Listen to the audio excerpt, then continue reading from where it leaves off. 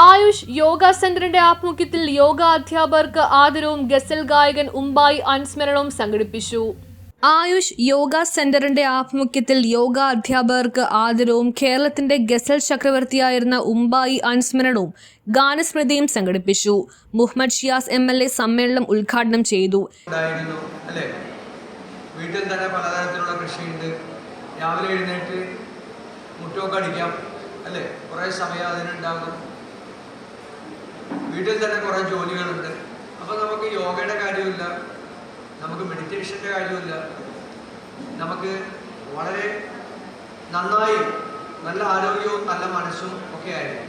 നല്ല ഭക്ഷണം, വിഷാംശമില്ലാത്ത ഭക്ഷണമാണ്. വായു പൊല്യൂട്ടഡ് അല്ല, വെള്ളം പൊല്യൂട്ടഡ് അല്ല, ഒന്നുമല്ല. ഇന്ന് കാലഘട്ടം മാറി. ഇന്ന് മാറിയപ്പോഴാണ് പൊല്യൂട്ടഡ് ആയിട്ടുള്ള വായുവാണ്. അതായത് നമ്മുടെ ഈ ബ്രഹ്മപുരത്തൊരു തീപിടുത്തം ഉണ്ടായി, പ്ലാസ്റ്റിക് മാലിന്യം മുഴുവൻ കത്തിക്കും. അപ്പം ലോകത്തിലെ തന്നെ ഏറ്റവും പൊല്യൂട്ടഡ് ആയിട്ടുള്ള വായുവുള്ള ഒരു നഗരമായി അന്നത്തെ ആ ഒരു മാസക്കാലം ഈ പ്ലാസ്റ്റിക്കിൻ്റെ വിഷാംശം നിറഞ്ഞ ആ വായു ശ്വസിച്ച ഒരു സമയമുണ്ടായിരുന്നു. അപ്പം ലോകത്തിലെ തന്നെ ഏറ്റവും പൊല്യൂട്ടഡ് ആയിട്ടുള്ള ഒരു വായു ശ്വസിക്കുന്ന ഒരു നഗരമായി അന്ന് മാറിയിരുന്നു. അതങ്ങനെയാണ് അന്ന് രേഖപ്പെടുത്തിയത്. അന്ന് ആ പൊല്യൂട്ടഡ് ആയിട്ടുള്ള വായുവിൻ്റെ കണക്ക് രേഖപ്പെടുത്തിയതാണ്. എപ്പോഴും ഇപ്പോൾ ഡൽഹിയിൽ നിങ്ങൾ കാണുന്നുണ്ട്, അവിടെ ഒരു മൂടൽ. MM സലീം അധ്യക്ഷത വഹിച്ചു.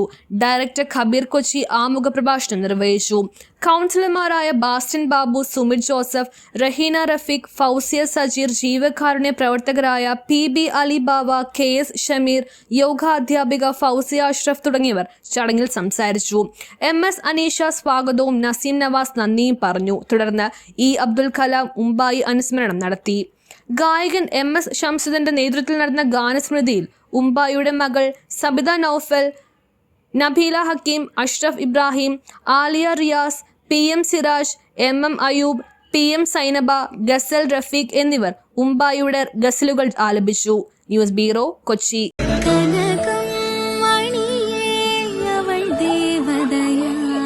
സ്നേഹം പൊന്നണിയട്ടെ.